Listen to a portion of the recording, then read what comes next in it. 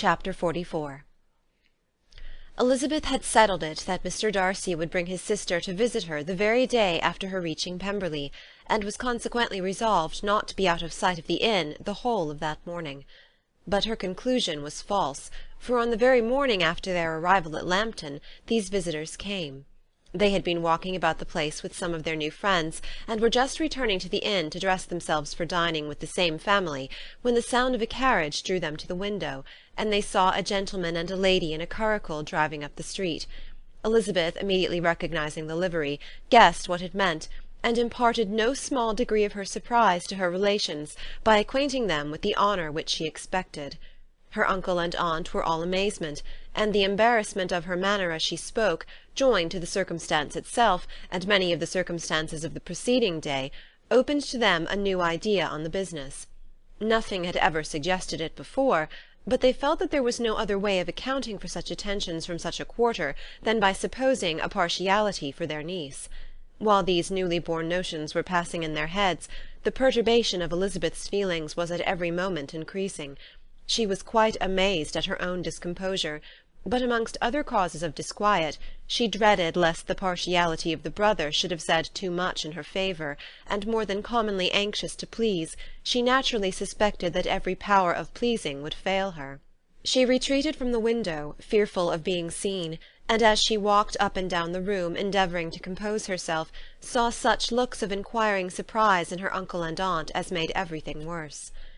Miss Darcy and her brother appeared, and this formidable introduction took place. With astonishment did Elizabeth see that her new acquaintance was at least as much embarrassed as herself. Since her being at Lambton, she had heard that Miss Darcy was exceedingly proud, but the observation of a very few minutes convinced her that she was only exceedingly shy. She found it difficult to obtain even a word from her beyond a monosyllable. Miss Darcy was tall, and on a larger scale than Elizabeth, and though little more than 16, her figure was formed and her appearance womanly and graceful. She was less handsome than her brother, but there was sense and good humour in her face, and her manners were perfectly unassuming and gentle. Elizabeth, who had expected to find in her as acute and unembarrassed an observer as ever Mr. Darcy had been, was much relieved by discerning such different feelings. They had not long been together before Mr. Darcy told her that Bingley was also coming to wait on her, and she had barely time to express her satisfaction and prepare for such a visitor, when Bingley's quick step was heard on the stairs, and in a moment he entered the room. All Elizabeth's anger against him had been long done away, but had she still felt any, it could hardly have stood its ground against the unaffected cordiality with which he expressed himself on seeing her again. He inquired in a friendly, though general way, after her family, and looked and spoke with the same good-humoured ease that he had ever done. To Mr. and Mrs. Gardiner he was scarcely a less interesting personage than to herself. They had long wished to see him. The whole party before them, indeed, excited a lively attention. The suspicions which had just arisen of Mr. Darcy and their niece directed their observation towards each with an earnest though guarded inquiry, and they soon drew from those inquiries the full conviction that one of them at least knew what it was to love. Of the ladies' sensations they remained a little in doubt, but that the gentleman was overflowing with admiration was evident enough. Elizabeth, on her side, had much to do. She wanted to ascertain the feelings of each of her visitors, she wanted to compose her own, and to make herself agreeable to all, and in the latter object, where she feared most to fail, she was most sure of success, for those to whom she endeavoured to give pleasure were prepossessed in her favour. Bingley was ready, Georgiana was eager, and Darcy determined to be pleased. In seeing Bingley her thoughts naturally flew to her sister, and oh, how ardently did she long to know whether any of his were directed in a like manner. Sometimes she could fancy that he talked less than on former occasions, and once or twice pleased herself with the notion that, as he looked at her, he was trying to trace a resemblance. But though this might be imaginary, she could not be deceived as to his behaviour to Miss Darcy, who had been set up as a rival to Jane. No look appeared on either side that spoke particular regard. Nothing occurred between them that could justify the hopes of his sister. On this point she was soon satisfied, and 2 or 3 little circumstances occurred ere they parted, which in her anxious interpretation denoted a recollection of Jane not untinctured by tenderness, and a wish of saying more that might lead to the mention of her, had he dared. He observed to her at a moment when the others were talking together, and in a tone which had something of real regret, that "it was a very long time since he had had the pleasure of seeing her," and before she could reply he added, "It is above 8 months. We have not met since the 26th of November, when we were all dancing together at Netherfield." Elizabeth was pleased to find his memory so exact, and he afterwards took occasion to ask her, when unattended to by any of the rest, whether all her sisters were at Longbourn. There was not much in the question, nor in the preceding remark, but there was a look and a manner which gave them meaning. It was not often that she could turn her eyes on Mr. Darcy himself, but whenever she did catch a glimpse, she saw an expression of general complacence, and in all that he said she heard an accent so removed from hauteur or disdain of his companions, as convinced her that the improvement of manners which she had yesterday witnessed, however temporary its existence might prove, had at least outlived one day. When she saw him thus seeking the acquaintance and courting the good opinion of people with whom any intercourse a few months ago would have been a disgrace, when she saw him thus civil, not only to herself, but to the very relations whom he had openly disdained, and recollected their last lively scene in Hunsford Parsonage, the difference, the change, was so great, and struck so forcibly on her mind, that she could hardly restrain her astonishment from being visible. Never, even in the company of his dear friends at Netherfield, or his dignified relations at Rosings, had she seen him so desirous to please, so free from self-consequence or unbending reserve, as now, when no importance could result from the success of his endeavours, and when even the acquaintance of those to whom his attentions were addressed would draw down the ridicule and censure of the ladies both of Netherfield and Rosings. Their visitors stayed with them above half an hour, and when they arose to depart, Mr. Darcy called on his sister to join him in expressing their wish of seeing Mr. and Mrs. Gardiner and Miss Bennet to dinner at Pemberley before they left the country. Miss Darcy, though with a diffidence which marked her little in the habit of giving invitations, readily obeyed. Mrs. Gardiner looked at her niece, desirous of knowing how she, whom the invitation most concerned, felt disposed as to its acceptance, but Elizabeth had turned away her head. Presuming, however, that this studied avoidance spoke rather a momentary embarrassment than any dislike of the proposal, and seeing in her husband, who was fond of society, a perfect willingness to accept it, she ventured to engage for their attendance, and the day after the next was fixed on. Bingley expressed great pleasure in the certainty of seeing Elizabeth again, having still a great deal to say to her, and many inquiries to make after all their Hertfordshire friends. Elizabeth, construing all this into a wish of hearing her speak of her sister, was pleased, and on this account, as well as some others, found herself, when their visitors left them, capable of considering the last half-hour with some satisfaction, though while it was passing, the enjoyment of it had been little. Eager to be alone, and fearful of inquiries or hints from her uncle and aunt, she stayed with them only long enough to hear their favourable opinion of Bingley, and then hurried away to dress. But she had no reason to fear Mr. and Mrs. Gardiner's curiosity. It was not their wish to force her communication. It was evident that she was much better acquainted with Mr. Darcy than they had before any idea of. It was evident that he was very much in love with her. They saw much to interest, but nothing to justify inquiry. Of Mr. Darcy it was now a matter of anxiety to think well, and as far as their acquaintance reached, there was no fault to find. They could not be untouched by his politeness, and had they drawn his character from their own feelings and his servant's report, without any reference to any other account, the circle in Hertfordshire to which he was known would not have recognized it for Mr. Darcy.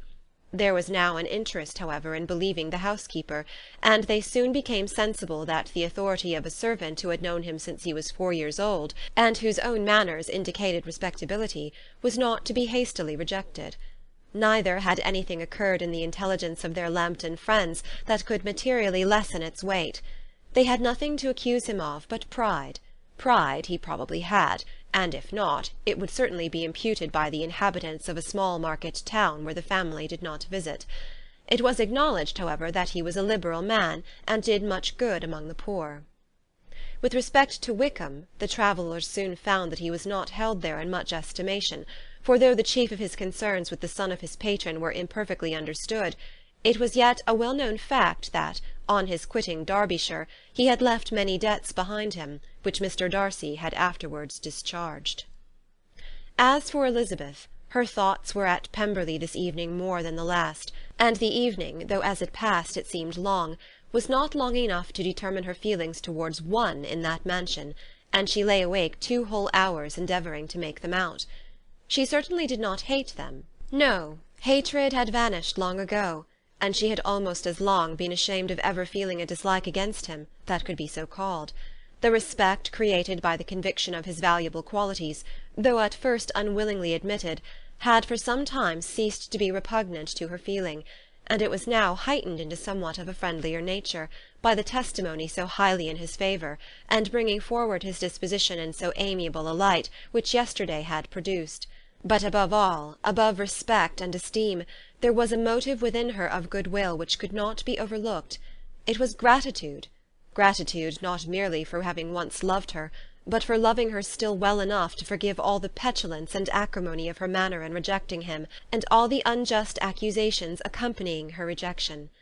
He, who, she had been persuaded, would avoid her as his greatest enemy, seemed, on this accidental meeting, most eager to preserve the acquaintance, and without any indelicate display of regard, or any peculiarity of manner, where their 2 selves only were concerned, was soliciting the good opinion of her friends, and bent on making her known to his sister.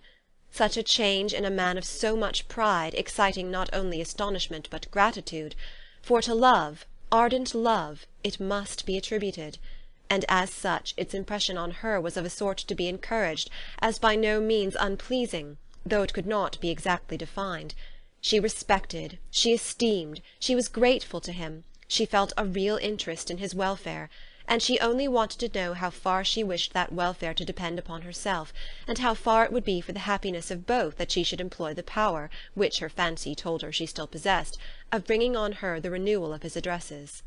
It had been settled in the evening between the aunt and the niece that such a striking civility as Miss Darcy's in coming to see them on the very day of her arrival at Pemberley, for she had reached it only to a late breakfast, ought to be imitated, though it could not be equalled, by some exertion of politeness on their side, and consequently that it would be highly expedient to wait on her at Pemberley the following morning. They were therefore to go. Elizabeth was pleased, though when she asked herself the reason, she had very little to say in reply. Mr. Gardiner left them soon after breakfast. The fishing scheme had been renewed the day before, and a positive engagement made of his meeting some of the gentlemen at Pemberley before noon. Chapter 45. Convinced as Elizabeth now was that Miss Bingley's dislike of her had originated in jealousy, she could not help feeling how unwelcome her appearance at Pemberley must be to her, and was curious to know with how much civility on that lady's side the acquaintance would now be renewed. On reaching the house, they were shown through the hall into the saloon, whose northern aspect rendered it delightful for summer. Its windows opening to the ground admitted a most refreshing view of the high woody hills behind the house, and of the beautiful oaks and Spanish chestnuts which were scattered over the intermediate lawn. In this house they were received by Miss Darcy, who was sitting there with Mrs. Hurst and Miss Bingley, and the lady with whom she lived in London. Georgiana's reception of them was very civil, but attended with all the embarrassment which, though proceeding from shyness and the fear of doing wrong, would easily give to those who felt themselves inferior the belief of her being proud and reserved. Mrs. Gardiner and her niece, however, did her justice, and pitied her. By Mrs. Hurst and Miss Bingley they were noticed only by a curtsy, and on their being seated, a pause, awkward as such pauses must always be, succeeded for a few moments. It was first broken by Mrs. Annesley, a genteel, agreeable-looking woman, whose endeavour to introduce some kind of discourse proved her to be more truly well-bred than either of the others, and between her and Mrs. Gardiner, with occasional help from Elizabeth, the conversation was carried on. Miss Darcy looked as if she wished for courage enough to join in it, and sometimes did venture a short sentence when there was least danger of its being heard. Elizabeth soon saw that she was herself closely watched by Miss Bingley, and that she could not speak a word, especially to Miss Darcy, without calling her attention. This observation would not have prevented her from trying to talk to the latter, had they not been seated at an inconvenient distance, but she was not sorry to be spared the necessity of saying much. Her own thoughts were employing her. She expected every moment that some of the gentlemen would enter the room. She wished, she feared that the master of the house might be amongst them, and whether she wished or feared it most, she could scarcely determine. After sitting in this manner a quarter of an hour without hearing Miss Bingley's voice, Elizabeth was roused by receiving from her a cold inquiry after the health of her family. She answered with equal indifference and brevity, and the others said no more. The next variation which their visit afforded was produced by the entrance of servants with cold meat, cake, and a variety of all the finest fruits in season. But this did not take place till after many a significant look and smile from Mrs. Annesley to Miss Darcy had been given, to remind her of her post. There was now employment for the whole party, for though they could not all talk, they could all eat, and the beautiful pyramids of grapes, nectarines, and peaches soon collected them round the table. While thus engaged, Elizabeth had a fair opportunity of deciding whether she most feared or wished for the appearance of Mr. Darcy, by the feelings which prevailed on his entering the room, and then, though but a moment before she had believed her wishes to predominate, she began to regret that he came. He had been some time with Mr. Gardiner, who, with 2 or 3 other gentlemen from the house, was engaged by the river, and had left him only on learning that the ladies of the family intended a visit to Georgiana that morning. No sooner did he appear than Elizabeth wisely resolved to be perfectly easy and unembarrassed, a resolution the more necessary to be made, but perhaps not the more easily kept, because she saw that the suspicions of the whole party were awakened against them, and that there was scarcely an eye which did not watch his behaviour when he first came into the room. In no countenance was attentive curiosity so strongly marked as in Miss Bingley's, in spite of the smiles which overspread her face whenever she spoke to one of its objects, for jealousy had not yet made her desperate, and her attentions to Mr. Darcy were by no means over. Miss Darcy, on her brother's entrance, exerted herself much more to talk, and Elizabeth saw that he was anxious for his sister and herself to get acquainted, and forwarded as much as possible every attempt at conversation on either side.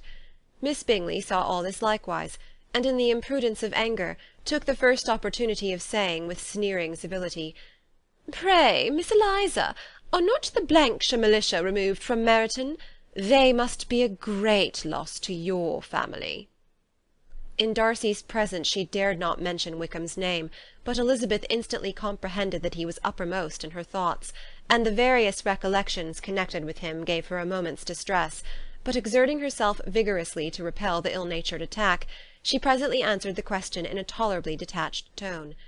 While she spoke, an involuntary glance showed her Darcy, with a heightened complexion, earnestly looking at her, and his sister overcome with confusion, and unable to lift up her eyes.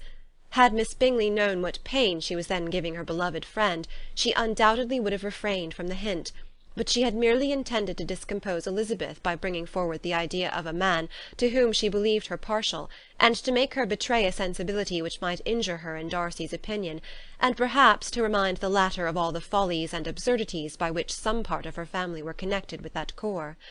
Not a syllable had ever reached her of Miss Darcy's meditated elopement. To no creature had it been revealed, where secrecy was possible, except to Elizabeth, and from all Bingley's connections her brother was particularly anxious to conceal it, from the very wish which Elizabeth had long ago attributed to him, of their becoming hereafter her own. He had certainly formed such a plan, and without meaning that it should affect his endeavour to separate him from Miss Bennet, it is probable that it might add something to his lively concern for the welfare of his friend. Elizabeth's collected behaviour, however, soon quieted his emotion, and as Miss Bingley, vexed and disappointed, dared not approach nearer to Wickham, Georgiana also recovered in time, though not enough to be able to speak any more. Her brother, whose eyes she feared to meet, scarcely recollected her interest in the affair, and the very circumstance which had been designed to turn his thoughts from Elizabeth seemed to have fixed them on her more and more cheerfully. Their visit did not continue long after the question and answer above mentioned, and while Mr. Darcy was attending them to their carriage, Miss Bingley was venting her feelings in criticisms on Elizabeth's person, behaviour, and dress. But Georgiana would not join her. Her brother's recommendation was enough to ensure her favour. His judgment could not err. And as he had spoken in such terms of Elizabeth as to leave Georgiana without the power of finding her otherwise than lovely and amiable. When Darcy returned to the saloon, Miss Bingley could not help repeating to him some part of what she had been saying to his sister. "How very ill Miss Eliza Bennet looks this morning, Mr. Darcy," she cried. "I never in my life saw anyone so much altered as she is since the winter. She is grown so brown and coarse. Louisa and I were agreeing that we should not have known her again." However little Mr. Darcy might have liked such an address, He contented himself with coolly replying that he perceived no other alteration than her being rather tanned, no miraculous consequence of travelling in the summer. "For my own part," she rejoined, "I must confess that I never saw any beauty in her.